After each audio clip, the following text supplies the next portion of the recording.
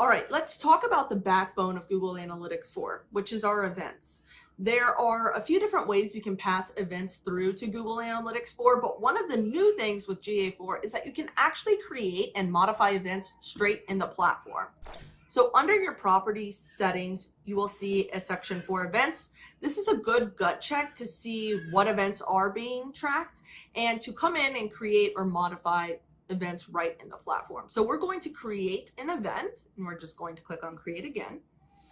And you have a few options here. So when you come to create the event name, there is a drop down that shows up. Now these are the things that Google recommends that you create, and they're also the names that have already been taken by Google. So I'm just going to use generate lead here. Now you can create these events to trigger based on specific conditions being met by parameters. So let me walk you through what that looks like. So a parameter that is collected on every site that has enhanced measurement set up is link_URL. This is collected for outbound clicks. Now, something that almost everyone has on their website is, so we're going to do contains mail to. Now this is used when people click on an email address link and it opens up your email provider so that you can send an email to this person. So we're going to go ahead and say mail to. So generate lead, link URL contains mail to. And you can add a modification as well. So we will just say lead_type. This is me making a new parameter, right? I just came up with this. And the new value is going to be email.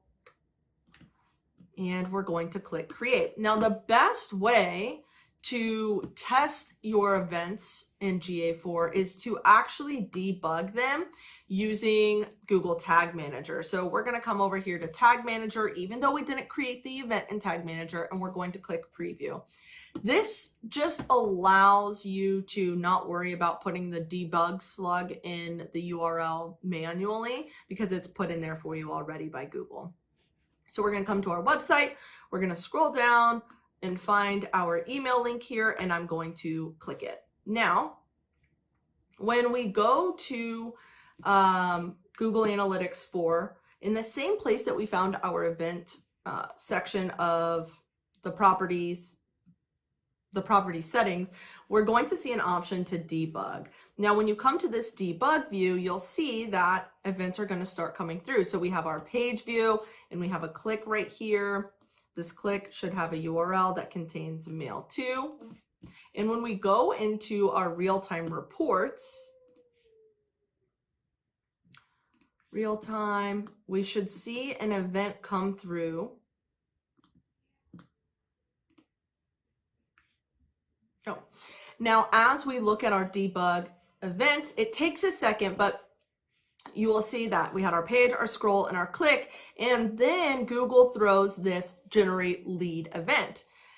And when we click on it, it will show us that lead type parameter did get passed, and it says email. So you can actually create events right in Google Analytics 4. So this is really nice for, like, we just showed you that email click, our phone call clicks, right? So that would be if we created an event for that. It would look very similar. So I'm just going to do generate lead again and link_URL.